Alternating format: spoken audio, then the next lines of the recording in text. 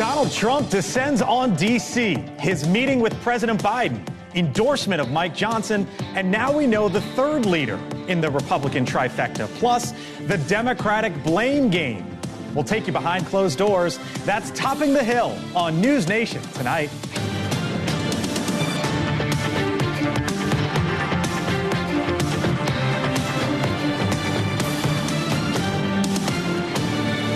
Donald, congratulations. Thank you. And looking forward to having like we said, a smooth transition. I appreciate it very much. A transition that's so smooth, it'll be as smooth as it can get. No need to adjust your screens right there, and no, that is not AI either. Yes, that is indeed the 45th and 46th presidents of the United States in the Oval Office together. Today, Donald Trump telling the New York Post the current and future commander-in-chief talk world affairs, Ukraine, and the Middle East. Hello, good evening. Welcome to Washington. I'm Blake Berman. This is The Hill on NewsNation. After that meeting, the president-elect then met with House Republicans up on Capitol Hill and started off by taking a bit of a victory lap. You know, we had like historic kind of numbers, especially for the president, but we won't get into that. But the House did very well. Trump endorsed Mike Johnson to remain as the Speaker of the House, and in a much different closed-door setting, Senate Republicans chose John Thune as their leader. Now, these are the three men who are the power players for the next 2 years here in Washington, D.C. The president-elect's cabinet, by the way, also continues to be built out. Congressman Matt Gaetz nominated to be the next attorney general. Senator Marco Rubio officially tapped for Secretary of State. The former Democratic congresswoman turned Trump supporter Tulsi Gabbard as Director of National Intelligence.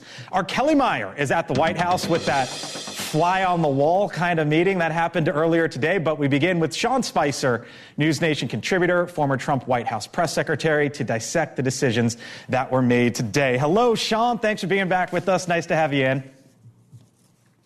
Good to see you. You too. So, look, there's a lot of picks and a lot of reaction, but here's what stood out to me immediately. Donald Trump has nominated so far 3 House Republicans, and the key word here is House. Republicans, according to DDHQ right now, only have 219 seats. You need 218 to have the House. They might get to 220, 221, maybe 222. What's Donald Trump thinking? Because this is the slimmest of margins, and he's either at the line or over it right now, Sean. Well, just one clarification for you. So when you take a House member out, that seat becomes vacant and the threshold lowers, right? So right now, 218 is the number because it assumes a full House at 435. Right. If that number drops to 432, which it would, then the majority number drops to 216. So it's a little bit of a math game that they've got to play as they go down what the new threshold is, right? The difference between the House and the Senate, the governors can appoint someone immediately, like the next day. The House, no matter what state you live in or how red the seat is, there still has to be, a call for a special election. And then usually it's a few weeks at least before that election will take place. The point is, though, that they're playing with that line, right? Right. So I think now we've got 3 down: Gaetz, Waltz, and Stefanik. That's probably as far as you can go. Maybe 1 or 2 more, but you're starting to play with fire, and that should be concerning.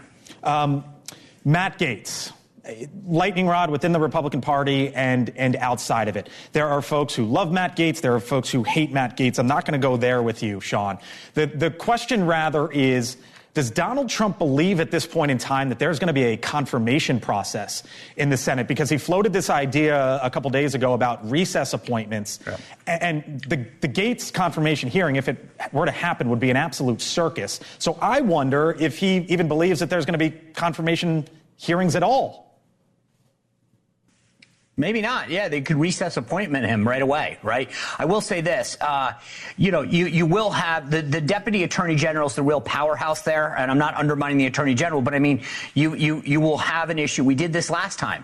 While Jeff Sessions waited for his confirmation hearing, they appointed someone it ended up being actually one of the U.S. attorneys that became the acting attorney general for a while. So he may give it a few days, see if that happens, and then recess appoint him at his first thing. But I'll say this, I co-host a meeting every morning on my YouTube channel called The Morning Meeting. And I said this morning, if you are shocked or surprised by the appointment of Pete Hegseth last night as Secretary of Defense.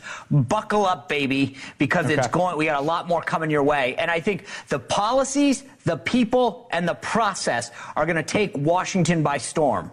So, and just to be clear, recess appointments are when basically the Senate's not in session and you're allowed to nominate people forward, essentially skipping the process, just for our audience at home. Sean, let me leave you with this. Your article in thehill.com today, advice for the next press secretary. You obviously were Donald Trump's first press secretary, and that decision hasn't been announced yet. It's a very big job, as I know, and you know more than I ever will. It's also an important job because Donald Trump, as you know, is the star. He's the executive producer. He's the main character. But at least in the beginning of the administration, it's also going to be one of the biggest faces of the Trump administration. What did you mean in your article, and who do you think is going to be the Sean Spicer 2.0? Yeah. Hopefully, no one has to suffer that. I mean, I think part of the reason I put the op-ed out there on the Hill and it's on all my social media feeds is lessons learned, things that I wish I had done differently or known at the beginning of my tenure. Look, he's already announced the Deputy Chief of Staff for Communications, Taylor Budowich.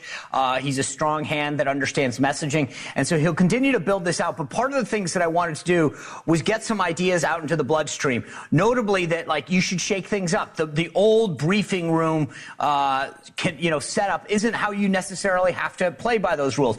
The Biden administration kicked 400 independent journalists out when it pulled their hard passes. I think an immediate step is to restore them, right? Get more journalists in there. Get independent journalists in there. Get long-form podcasters in there. Pull passes, though, Sean. I mean, that gets into a dicey territory, as you know, once you start getting into pulling passes. No. They did it.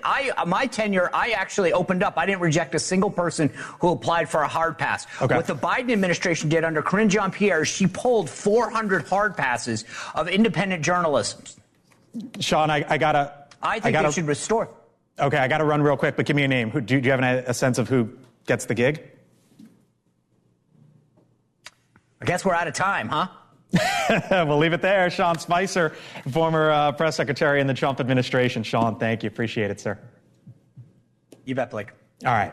Meantime, now over to the White House, where our Kelly Meyer has the very latest on that meeting between Donald Trump and Joe Biden earlier today. You see some of the visuals there. Kelly, live for us at the White House this evening. Kelly? Yeah, hey there, Blake. A historic and very interesting day here at the White House as President Biden and President-elect Trump met there inside the Oval Office. The White House press secretary, as we were in the briefing today, telling us it was cordial and substantive. And I was actually waiting here outside of the West Wing for over an hour, nearly 2 hours, as we were waiting to see if President-elect Trump was going to come out and talk to the press, as we were expecting the unexpected. He did not, but they did meet inside there for nearly 2 hours. We're told they talked about everything from domestic policy to foreign policy. The press secretary telling us that President-elect Trump brought in a list of detailed questions, though she didn't say what was exactly on that list. And when she was asked if President Biden's advice was taken, she said she thought so. It was a very good back and forth, she said. Here's a bit more from the press secretary earlier today. I'm not going to go into granular detail of what was discussed in the meeting. What I can say that it was indeed very cordial, very gracious, and substantive. And I mentioned at the top, national security was discussed, domestic policy issues were discussed. And Blake, I know we were talking about those photos that came out following this of the two smiling together, walking down the colonnade, going into the Oval Office. So it was very pleasant here after several months and years of a lot of back and forth and insults, Blake. Indeed. Kelly Meyer, live for us at the White House this evening. Kelly, thank you. Meantime, back up on Capitol Hill, Senate Republicans elected their next leader today, the South Dakota Senator John Thune, winning as the majority leader after 2 ballots. Minutes after being given the top position, Thune declared his Republican team to be united behind President-elect Trump's agenda. Thune, though, dodging questions about recess appointments and even removing the filibuster. What we're going to do is make sure that we are processing his nominees in a way that gets them into those positions so they can implement his agenda. We expect a level of cooperation from the Democrats to work with us to get these folks installed. And obviously we're going to look at explore all options to make sure that they get moved and that they get moved quickly. Joining me now is the Republican senator from the state of Wisconsin, Ron Johnson, who, of course, was inside the room. Senator, thanks for being back with us once again here on the Hill. Good to be with you. Yep. You heard Thune there. Do you think that we're going to get, or I should say that the soon-to-be majority leader, do you think that there is going to be a full confirmation process here in Washington? Donald Trump hinted at the idea of, well, maybe there should be recess appointments, skipping around all that. The senator was asked about it today, and he basically said TBD, let's see what happens here. What do you think happens? Well, first of all, I think it's absurd that there are more than 1,200 confirmable positions. That's absurd. Presidents, I don't care if they're Democrat or Republican, ought to have the ability to staff their administration. So if I were a negotiating deal, I'd dramatically reduce that for both sides. But we have 1,200 confirmable positions. My guess is we'll start with the regular order. We'll probably hold confirmation hearings even before the inauguration, as soon as we get sworn in the new Congress. And depending on how many nominees President Trump puts up, but he has to staff the administration. I think Senator Thune, as well as Cornyn and Scott, running for leadership positions, committed to recess appointments if Democrats don't cooperate, or if we get such a backlog of nominees that aren't getting confirmed. Okay, so if there's no cooperation or there's a backlog, that's when you think that happens? Yeah, that'll be the last resort, but we'll definitely resort to it because the president needs a staff. Okay, let me ask you, you mentioned Rick Scott. You had supported the senator from the state of Florida. He not only wasn't he passed over, but he also didn't get any of the main other leadership positions behind that. John Thune, though, he's going to be leading your caucus going forward. You were supporting Scott. Do you think your conference got it wrong? Well, obviously, I supported Rick Scott. He's an extraordinary individual. Very successfully ran private sector businesses, functional organizations. We could use a little function in the United States Senate. But I get along well with John Cornyn and John Thune. I'll get along well with them. They're both accomplished individuals. Senator Thune is certainly committed to passing President Trump's agenda. In our candidate forum last night, there really was very little difference between the approach they're going to be using, a more collaborative approach, not a one-man dictatorship as we've been experiencing under Mitch McConnell. And so I've got confidence in John Thune, and I'm looking forward to working with him as majority leader. I hear you say you've got confidence in him. I don't know. Just in listening to you, Senator, and maybe I'm hearing it wrong, but you sound a bit lukewarm. Are you not? Well, again, I supported Rick Scott. He's an extraordinary individual. I wanted a business person's approach, somebody with his background, not only in the private sector, but a very successful governor. It's a different background. But again, John Thune is highly articulate. He's a smart person. Again, he's committed to a more collaborative process and passing President Trump's agenda. So I want to make sure that he succeeds and President Trump succeeds as well. Nothing lukewarm about that as well. Our conference has decided. I'm behind it, and we're going to move forward in a very unified fashion. All right. Senator Ron Johnson from the state of Wisconsin. Thanks for being with us here on the Hill, as always, sir. Appreciate it. Have a great night. You as well. Thank you. All right. So what does all this mean going forward? Chris Stirewalt, host of the Hill Sunday, senior fellow at the American Enterprise Institute, joins me now. Hello, sir. Here we are. Here we are. We did it. We're doing it, I guess. We're in the middle of the first week, and my gosh, look what's before us.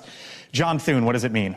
So what all of today means in this context is that Donald Trump believes that his principal enemies are not the Democrats, but are the Republicans in his own party. So Senator Johnson was part of Outside Game, Elon Musk, MAGA folks, a lot of online pressure. Give us Rick Scott. We want Rick Scott because they don't believe Thune when Thune says all options are on the table. They know that deep down Thune is an institutionalist, and he wants... He's been there, done that. And he wants the Senate to stay the Senate. He cares about the filibuster. He cares about the power of advise and consent. He cares about being a senator. That's his nature. That's who he is.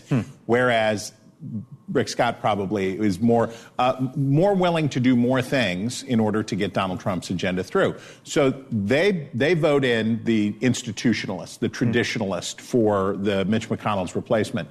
What does Donald Trump do? He sends down the pike the biggest doozy, the biggest lulu of a nomination for the single most important job, the job that is most important in the eyes of those Republican senators, is Attorney General. Sending Matt Gaetz, I don't think Donald Trump thinks that Matt Gaetz is going to get confirmed. You don't think so? I do not. I don't know how a confirmation hearing happens.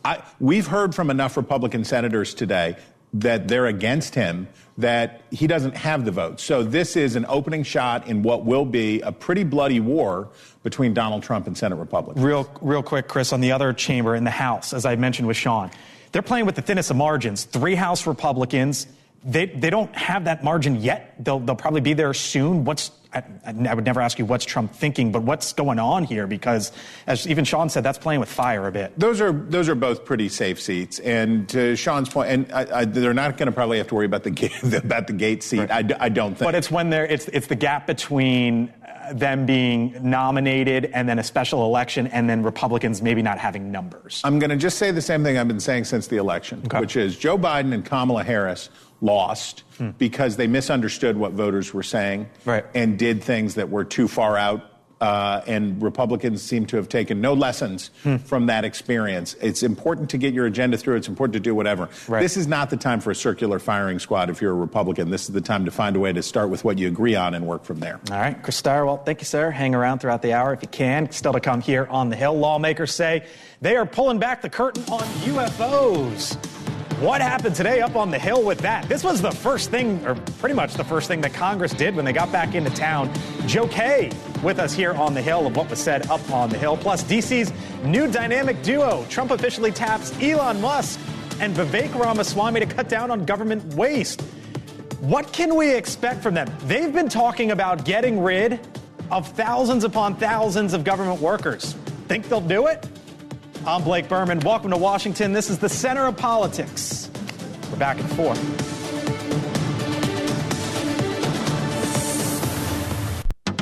All right, welcome back here to the Hill on NewsNation. So while President-elect Donald Trump met with the current president, Joe Biden, today, Congress was busy holding a packed, standing room only hearing about UFOs. And the claims that we are not alone continued to be made loud and clear.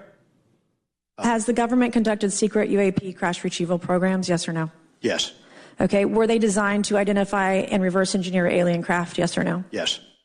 NewsNation Washington correspondent Joe Khalil at today's hearing with me now. Hello, sir. You walked in here and said this was wild, and you've been covering this from the jump. Yeah, it is wild. And the reason I say that is because lawmakers have gotten to a point now where they're no longer looking at this issue like it is, there's a stigma around it. Right.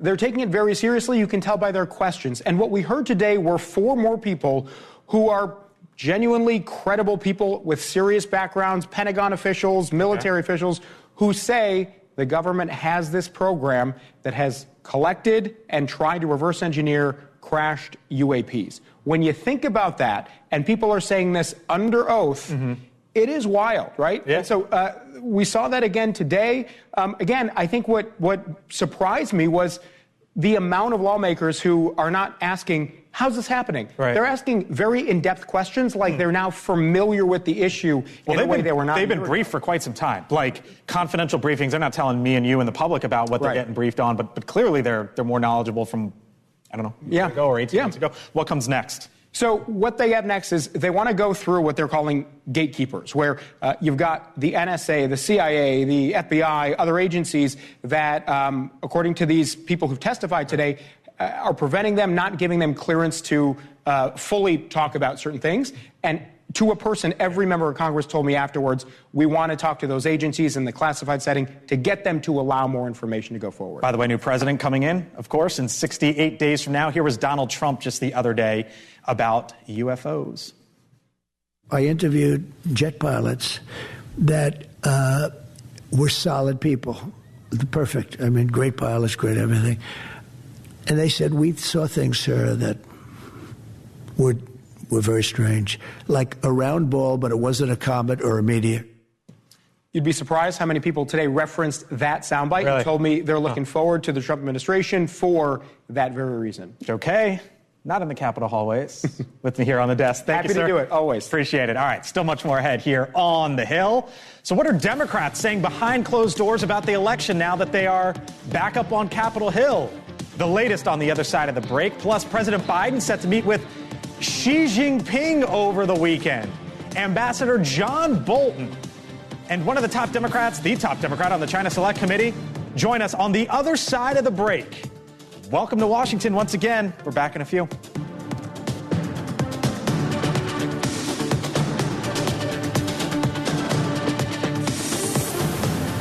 Welcome back here to the Hill on NewsNation. A major meeting today between the president-elect and the president. And today we learned of another that's about to come. President Biden set to meet with the Chinese leader Xi Jinping on Saturday during a global gathering in Peru. Now, the incoming president's team likely has the attention of the Chinese as well.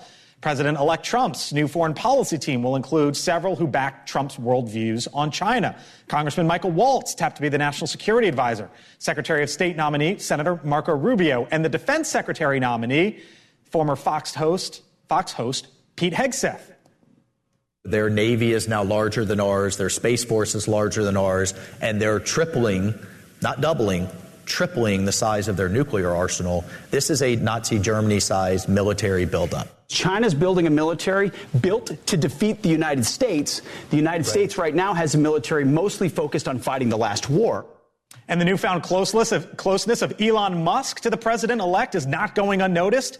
As the South China Morning Post writes today, quote, China's space ambitions face huge tests from Musk's presence in the Trump White House.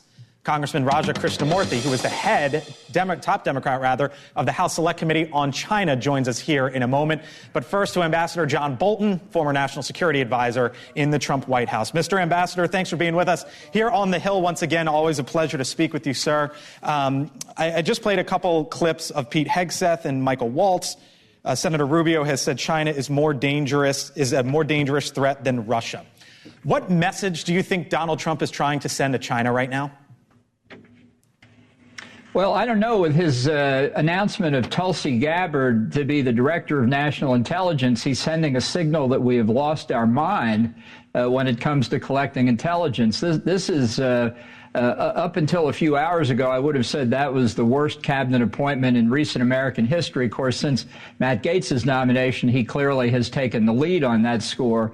But it's not an indication that the administration is serious about one of the most important aspects of dealing with a threat like China, which is intelligence. Why do you feel that way? Well, I don't mean to jump in. Let me give you an example of Tulsi Gabbard at work. The day of an intelligence briefing to members of Congress, January the 8th, 2020, when under President Trump's direction, the United States had eliminated Qasem Soleimani, the head of the Quds Force, Tulsi Gabbard said in an interview with Jake Tapper, and I quote, that she was concerned about the illegal and unconstitutional act of war that had been carried out under President Trump's orders.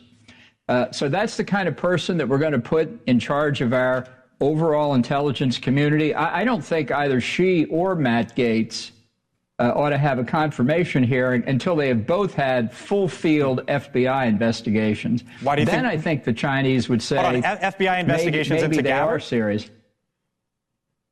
I think so, given the Russian propaganda that she has espoused over the past period of time. I think she's a serious threat to our national security. I think Republican senators should reject both of them.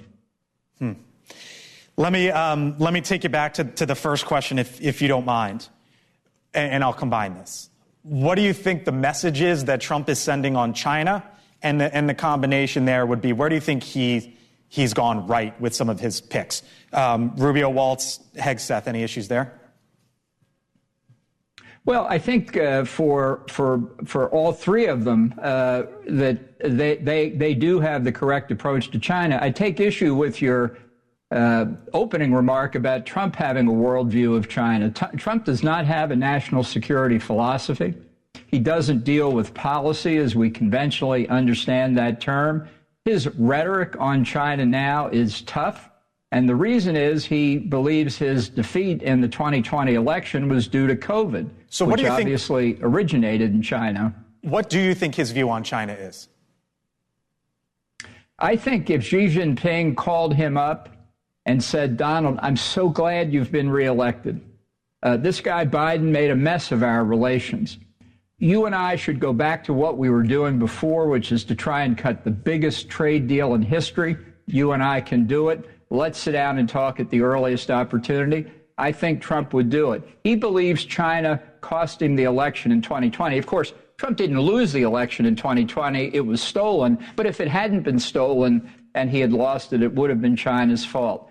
But because Trump's totally transactional, because he doesn't have a national security philosophy, I think Xi Jinping could turn him around like a dime.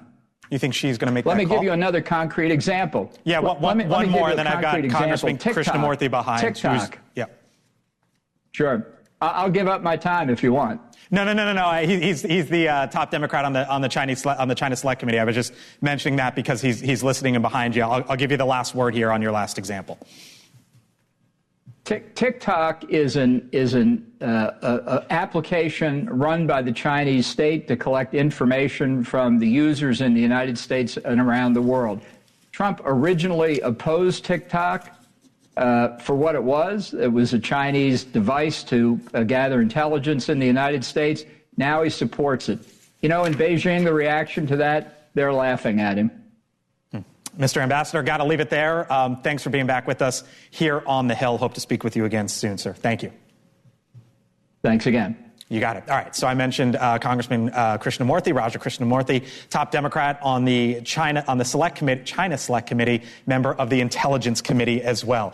Congressman, thanks for being with us here on the Hill. You just heard the ambassador there. Any response on your end? Well, I think that Mr. Bolton is correct about TikTok. That's a major threat, and that's why former Congressman Mike Gallagher and I authored the bill that forces ByteDance to sell off TikTok. And okay. I'm very pleased that it was done on a bipartisan basis. I look forward to it being upheld in the courts. Let me ask you about China. You said in the recent years, Congressman, quote, America's competition with the CCP is not a game. You said we were wrong about China two decades ago, and we cannot be wrong when it comes to China again. If you heard the comments that I played from Pete Hegseth, from Congressman Waltz, you know Senator Rubio's position on China well. Do you believe that Donald Trump got those picks right? It sounds like they share some views with you on China. They do. I don't know Mr. Hegseth, but I do know Mike Waltz. I know Marco Rubio well, and they are credible picks for the positions that they've been nominated for. Well, look, I think what we share on a Democratic and a Republican point of view here is that we thought that by allowing China to have market access to the American economy 30 years ago, just as our other trading partners do, that somehow it would open up China and make it a more of a reformed economy and one where everyone could play on a level playing field. That turned out to be false. Not only did they not follow global rules with regard to economic competition, they've become very aggressive, not only economically, but also militarily and from a technological standpoint. And that's why, on a bipartisan basis, we're trying to make it clear, along with the Biden administration, to the Chinese that if you pursue aggression, you're going to see countermeasures, not only from us, but our friends, partners, and allies, too. Let me leave you with this, Congressman. There's a story in thehill.com right now. The leader in the House, Hakeem Jeffries, tries to take blame for GOP wins. Democrats don't buy it. There was a meeting today. If you can, sir, take me inside of the room. What was said, and what's your assessment a week after the election? Well, I think that Hakeem Jeffries showed leadership and took responsibility ultimately for the results of the election. I think we're disappointed that we haven't taken the majority. But I think that the fact that we were able to pick up some seats where we weren't expected to do so and retain others means we're in the hunt for the next time around. And in any case, right now, we have hard work to do in terms of oversight of the Trump administration and also doing the work of the American people. Congressman, I know that we'll have you back here on the Hill because the story with Donald Trump and China and how he deals with China, the tariffs that the Biden administration kept in place and the tariffs that Donald Trump is threatening to add on forward from here will be one of the big stories next year. So we'll catch you later here on the Hill. Thank you, Congressman. Appreciate it. Thank you, sir. You got it. All right, joining me now is The Hill's national political reporter, Julia Manchester. Hello, hello. Hi, Julia. Oh, my gosh, what a busy Wednesday. Tell me about that story in The Hill. You just heard a little bit there from the congressman. Right. So my colleague Mike Lillis sort of detailed this meeting where Hakeem Jeffries, the House Democratic leader, essentially took responsibility for Democratic losses suffered in the House. But the House Democrats in the meeting said, no, we're not going to let you take the blame. There were so many other factors at play. Remember, this was a presidential year. You had Senate races up for grabs, the presidency up for grabs, so a number of different factors. Senate, the House Republicans, they didn't expand upon their margin, though. No. Like we saw Donald Trump win the popular vote, Senate Republicans expand their margin, but House Democrats kind of held serve. Exactly. Republicans have the majority, but, House Democrats basically held serve. And I think oftentimes when you go further down the ballot, you have people like Hakeem Jeffries and the Democratic Congressional Campaign Committee, for example, encouraging members, depending on their district, to essentially run their own race, run as locally as possible. And I think that's what you saw in some of these races. Julie Manchester, hang around. Other side of the break, full panel. Elon Musk, Vivek Ramaswamy, officially hired to make the government more efficient. What both of them now have to say. Plus, Trump taps Pete Hegseth to run the Defense Department. So what did the new nominee recently say about women and the military? Full panel, other side of the break.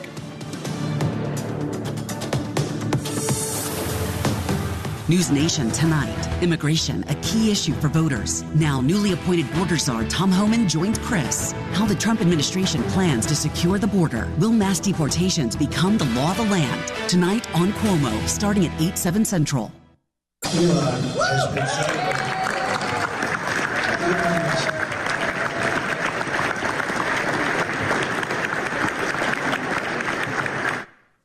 All right, that was President-elect Donald Trump today giving a shout-out to Elon Musk at the Capitol when he was speaking to House Republicans. Musk, along with Vivek Ramaswamy, has been tapped by Trump to head up a new department called the Department of Government Efficiency. So what could it look like? One blueprint may come from what Musk did when he bought Twitter.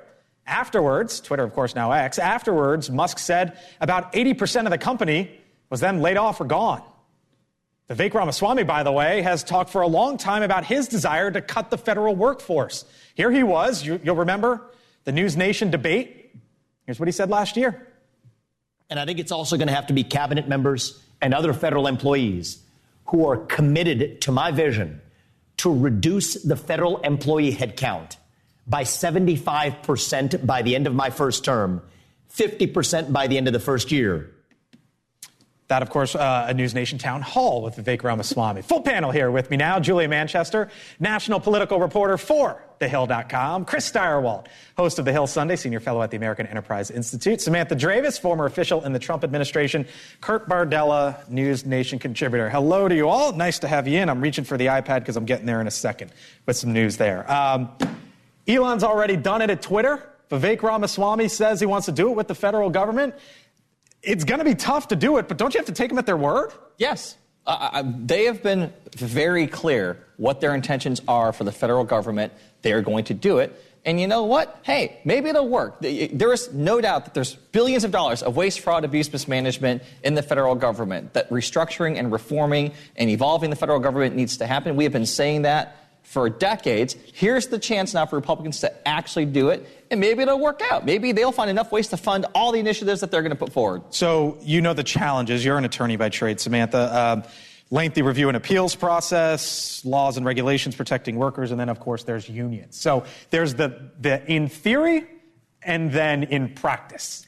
Yeah, I mean... And the business world is a lot different than the federal government. Absolutely. And I mean, look, the American voters made it clear they're not happy with how Washington is spending their money, and they want this to happen. I think what's less clear is sort of what authority this DOJ commission is going to have to do this. We've got cabinet secretaries. Are they going to be reporting to Vivek and to Elon? And then, of course, you have think OMB. They would have cabinet secretary? Well, I guess so. Well, you know, if it's, you know, talking about cutting employees at those agencies and costs and regulations, of course, you have OMB that plays that interagency role. So, look, I'm very pleased with the announcement of this. I think it's sending a high-level political signal that taking on waste, fraud, and abuse is an important priority for this administration. Okay. And they just need to work out the details of how the authority is. The DOJ X handle has like 570,000 people on it right now. She used the word signal. Is this noise or signal right now with what's going to happen? Look, I think it's signal in many ways. Okay. Look, I think Vivek Ramaswamy and Elon Musk are obviously going to be huge parts of this administration, and it's taking place in this. Maybe not huge parts, but Elon Musk has Donald Trump's ear right now. Right now. It's been a week. Yeah. Remember, he left in the first go around with the Paris Climate Accord. Like months in, Elon was gone. Yeah, look, what you do in Washington when you don't want to do something is you form a commission and let it die. That's the move. I heard people compare this to the Simpson-Bowles Commission. Yeah. And you know what came of the Simpson-Bowles Commission? Nothing. Yeah. You create a blue ribbon commission, you park it over there, it's busy work, and right now there's a battle inside the Trump world over Elon Musk. And Trump is smitten with Elon Musk, and Elon Musk is smitten with Donald Trump, and they're having this sort of whirlwind bromance. Right.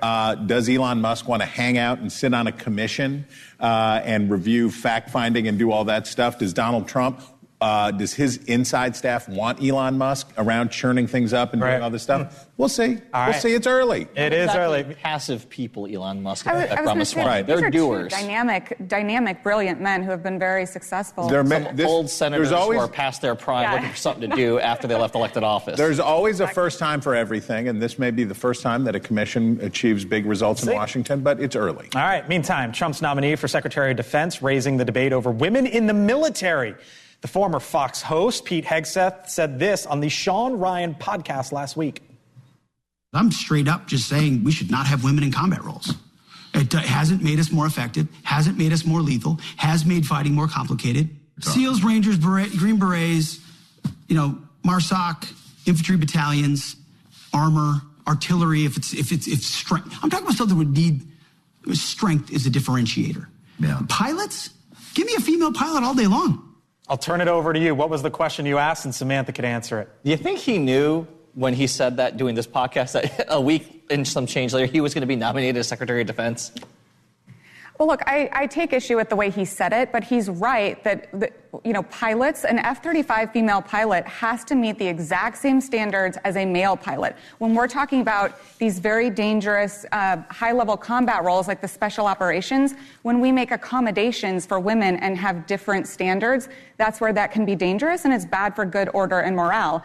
And I'm saying this as a female and the daughter of a two-star general. I think that it's You're the daughter different. Of a two-star general? Yeah, so it's That's pulled rank on you. Yeah, she just pulled rank on us here. It's the different standards that's the issue.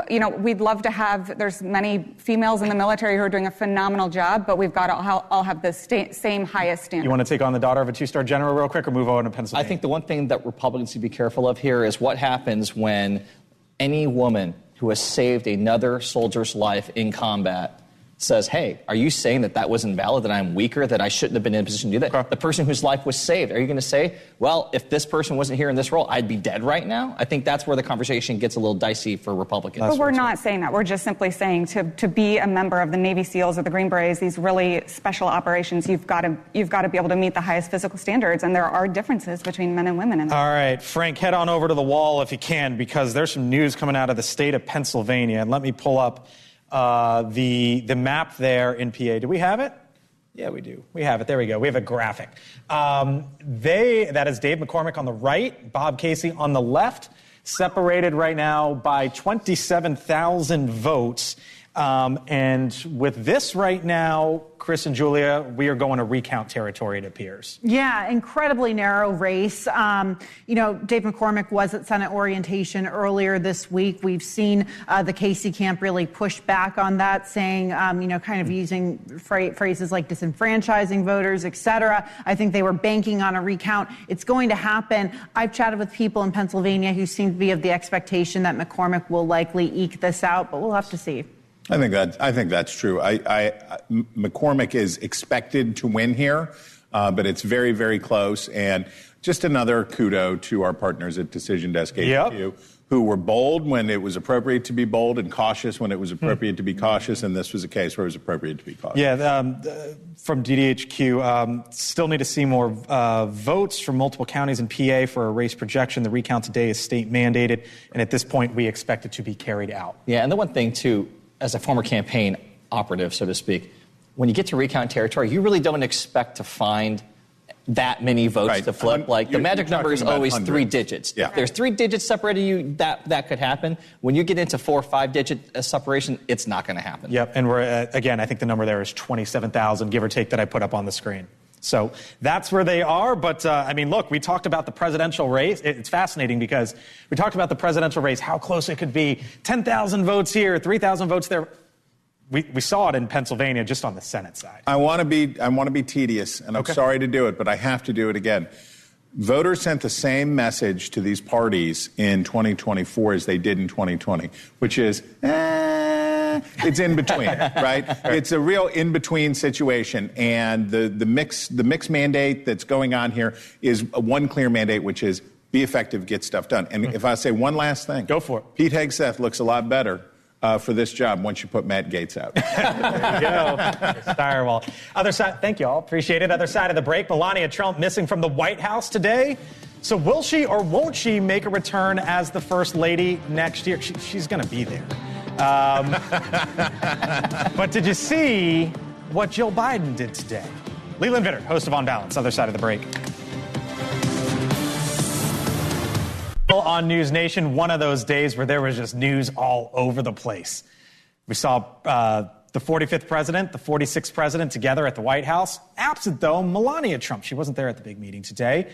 But the White House says the First Lady Jill Biden handed a note to the president-elect to give to the former First Lady, who will be the incoming First Lady. Leland Vittert, host of On Balance, with me now. It felt like one of those days back in 2017 at the very beginning where it's like, all right, buckle up, here we go. At the beginning, all 4 years, I think it is almost like the first or second day you're getting back into working out and you're really sore after a run. Today. And so many journalists, I think, are going to start feeling that of like, oh boy, for 4 years we got a little soft. It's funny because I keep asking folks, did you do this back in 2017 and 2018 in all those years? And for many folks, this will be their first go around. Anyways, you got Corey Lewandowski coming up. Corey Lewandowski will be coming up.